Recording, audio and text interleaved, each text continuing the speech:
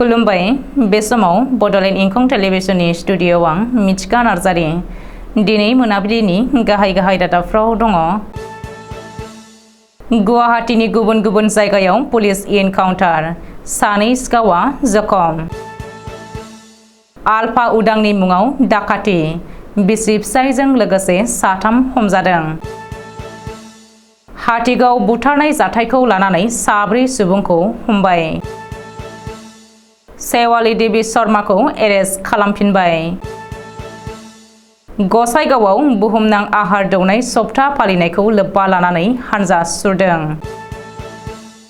सा गुवाहाटीआव film shooting खालामफुनाय समावनो फांसे बिफाङा बायनानै साब्रै सुबुंखौ जोखोम खालामदों। IIT गुवाहाटीआ 2023 नि सा 1013 गोदान फरायसाखौ बरायदों। पेरामिलिटारियाव देहा आरो मेलेमारि जेंनाया थांनाय बोसोरनैयाव 38% बांदों। दानिया फैदोनि आबुं रादाबाव।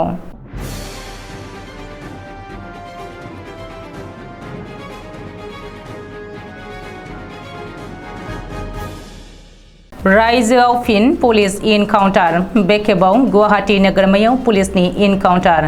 गुवाहाटी नोगोरमानि गुबुन गुबुन मोननै जायगायाव पुलिसनि एनकाउन्टार।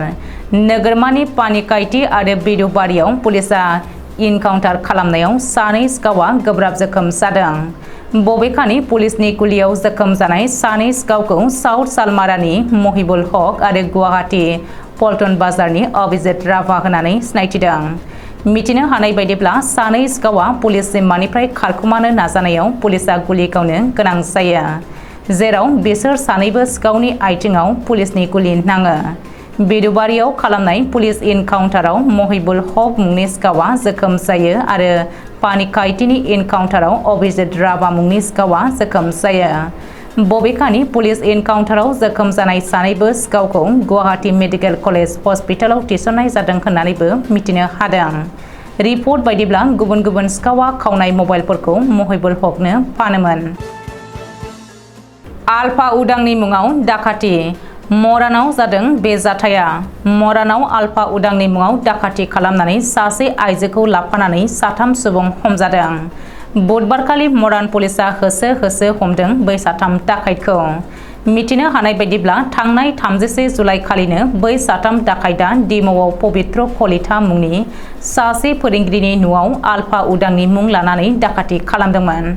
बबेखानि हमजानाय साथाम डाकाइतखौ पबित्र पुकन, सन्जीब पुकन आरो मनमयरी होननानै सिनायथि होदों। मख'नो गोनांदि पबित्र पुकन आरो मनमयरीआ बिसि फिसाय। आलफा उदांनि मुङाव डाकाति खालामनानै हमजानाय डाकाइतफोरजों लोगोसे गंसे आरबान क्रुइजार आरो आर्टिगा गारिखौबो जब्द खालामनो हादों। ओरैहाय बे जाथायनि बागै पुलिसा नायबिजिरनो जागायबाय होननानैबो सुलुङाव फोरमायदों। हाथिगाव बुथारनाय जाथायनि दायनिगिरिखौ हमबाय। हाथिगाव फेन्स लामायाव बुथारनाय जाथायखौ लोब्बा लानानै साब्रै दायनिगिरिखौ हमबाय हाथिगाव पुलिसा। गुवाहाटी नोगोरमानि हाथिगाव फेन्स लामायाव जावेद आली आहमेद मुंनि सुबुंखौ बुथारनाय जाथायनि साब्रै दायनिगिरिफोरखौ हमनो हाबाय होननानै मिथिनो हादों। बबेखानि हमजानाय साब्रै दायनिगिरिखौ फारियै बागबरनि दारुक आली, पाटकुसिनि महिबुल इस्लाम, हासु एब्बा नुर आहमेद आरो गारि ड्राइभार बगा होननानै सिनायथिनो हादों। अजद थिखांनाय बायदिब्ला बै साब्रै दुथाङा जावेद आली आहमेदखौ बुथारदोंमोन। मख'नो गोनांदि 27 जुलाइ खालि फुंनि समावनो गुवाहाटी हाथिगावआव बे बुथारनाय जाथाया जादोंमोन। दै जगाय बिफाननि आजिरा मोननाय चिफ इन्जिनियार जावेद आली आहमेदनि गोथै सह'खौ बोखांनो हादोंमोन। फेन्स नगर जामा मस्जिदनि आफादगिरिमोन जावेद आली आहमेदा। फुंबिलिनि नामाजनि थाखाय मस्जिद फारसे थांबाय थानाय समावनो खास्रि बिस्रि बुथारदोंमोन जावेद आली आहमेदखौ। बे जाथायनि बागै पुलिसनि नायबिजिरनाया सोलिगासिनो दङब्लाबो मा जाहोननि थाखाय बे बुथारनाय जाथाया जादों बेयो दासिमबो सोराङाव फैयाखै। SCERT जाख्ल'नायनि गाहाय दायनिगिरि सेवाली देवी शर्माखौ फिन एरेस्ट खालामदों। गिबि मन्थ्रिनि भिजिलेन्स आरो एन्टि कारापसन टीमा दिनै सेवाली देवी शर्माखौ जोबथेसालिनिफ्रायनो एरेस्ट खालामदों। सेवाली देवी शर्माखौ आयनिख्रुइ बांसिन सम्पत्ति सोरजिनायनि दायाव भिजिलेन्स आरो एन्टि कारापसननि टीमा एरेस्ट खालामदों होननानै मिथिनो हादों। रिपर्ट बायदिब्ला एरेस्ट खालामनायनि उनावनो सेवालिखौ दिनै बिजिरसालियाव हाजिर खालामो आरो बिजिरसालिया सेवालिखौ जुडिशियेल कास्टडियाव दैथायहरदों। मख'नो गोनांदि एसीईआरटीनि 105 कौटि रां जाख्ल'नाय एबा बेले-बेजे खालामनायाव आईएएस अफिसार सेवाली देवी शर्मानि मुङा गाहाय दायनिगिरि महरै सिगांदों। बे गेदेरथार राङारि बेले-बेजे जानाय समाव सेवाली देवी शर्माया एसीईआरटीनि डाइरेक्टर महरै दङमोन। नाथाय बे जाख्ल'नाय जाथाया सोराङाव फैनायनि उनावनो खारखोमानानै दङमोन आईएएस सेवाली देवी शर्माया। राजस्थाननि गंसे हटेलाव खारखोमानानै थानाय समाव हमनो हादोंमोन सेवालिखौ। गसाइगावआव वर्ल्ड ब्रेस्ट फीडिंग वीक एबा बुहुमनां आहार दौनाय सप्ता फालिनायखौ लोब्बा लानानै हानजा सुरदों। गसाइगाव आईसीडीएसनि बानजायनायाव बे गोजोन हानजा सुरनाय हाबाफारिखौ बानजायदों। मख'नो गोनांदि 3 आगस्तनिफ्राय जागायनानै 7 आगस्तसिम गासै 4 सान बुहुमनां आहार दौनाय सप्ता फालिनायखौ लोब्बा लाखिनानै enabling breast feeding making a difference of working parents आयदाखौ लानानै दिनै गसाइगाव आईसीडीएसनि बानजायनायाव गसाइगाव गोजौसिन फरायसालिनि लांगोनानिफ्राय जागायनानै मोनसे हानजा सुरनाय हाबाफारि लादों। बे हानजा सुरनाय हाबाफारियाव आईसीडीएसनि गोबां मावथिफोरजों लोगोसे गसाइगाव गोजौसिन फरायसालिनि फरायसुला फरायसुलिफोरजों लोगोसे फरायसालिनि फोरोंगिरिफोराबो बाहागो लायो। बबेखानि बे हानजा सुरनायाव आखाइ आखाइ बेनार प्लेकार्ड लानानै बेटी बाचाव बेटी पढ़ाओ उन्दै बैसोआव हाबा होनायखौ बन्द खालाम बायदि स्लगानजों हज्रिखावनायखौ नुनो मोननाय जादों। मख'नो गोनांदि बे हानजा सुरनाय हाबाफारिनि गेजेरजोंनो गथ'फोरखौ माबायदि गोग्गो आदार जाहोनांगौ बेनि फारसेबो सांग्रांथि होनाय जायो। कामरुप गामियारि सा गुवाहाटीआव मय एटी निकासर मुंनि असमिया फिल्म शुटिं खालामफुबाय थानाय समावनो हरखाबै फांसे गेदेर बिफाङा बायनानै गासै 4 सुबुङा गाज्रि जोखोम जादों। बिसोरनिनो सानैया जोबोद गोब्राब हालोदाव होननानै मिथिहोदों।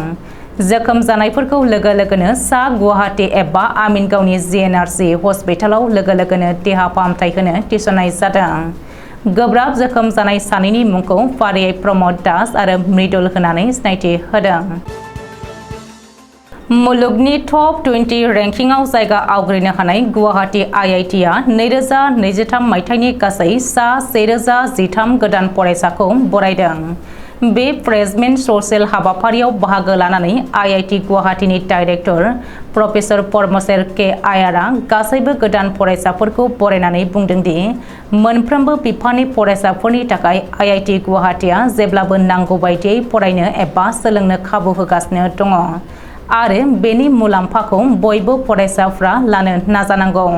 बोसोरफ्रोमबो आईआईटी गुवाहाटीआ गासै 2200 फरायसाफोरखौ ओरिएन्टेशन प्रग्राम होयो। बे खाबुआवनो प्रफेसर बिष्णुपद मण्डलआ फरायसाफोरखौ थांखिनानै बुंदों दि आथिखालाव कर'नानि उनाव आईआईटी गुवाहाटीआ मोजाङै मोजां जि एडभान्स आयदाखौ खुंनानै गासै सा 1013 फरायसाफोरखौ एडमिशन होनो हादों आरो बिसोरनि गेजेराव 20.4% फरायसाफ्रा आइजो एबा हिन्जावसा। इन्डियान पेरामिलिटारि फारियै CRPF, BSF, CISF, SSB, ITBP आरो आसाम राइफल्सआव जवानफोरनि मेलेम आरो देहायारि जेंना एबा मेलेमनि जेंनाया थांनाय बोसोरनैयाव गासै 38% बांनाया सोराङाव फैदों। बे खौरांखौ मिरुनि नखर रायजो मन्थ्रि नित्यानन्द रायआ बुधबारखालि रायजो सभानि जथुमाव फोसावो। मिरुनि मन्थ्रिया फोरमायथिनाय बायदिब्ला थांनाय 2020आव 3584, 2021आव 3864 आरो 2022आव 4940 जाहैदों। बे हिसाबै गासै 38% बांदों देहा आरो मेलेमारि जेंनाया। मिरुनि मन्थ्रि नित्यानन्द रायआ मिथिहोबावदों दि गावखौनो फोथैनानै लानाय एबा सुइसाइड जानाय केसआ फारियै CRPF 230, BSF 147, CISF 91, SSB 65, ITBP 51 आरो आसाम राइफल्सआव गासै 47 सा जवानफोरा गावसोरखौनो फोथैनानै लादों।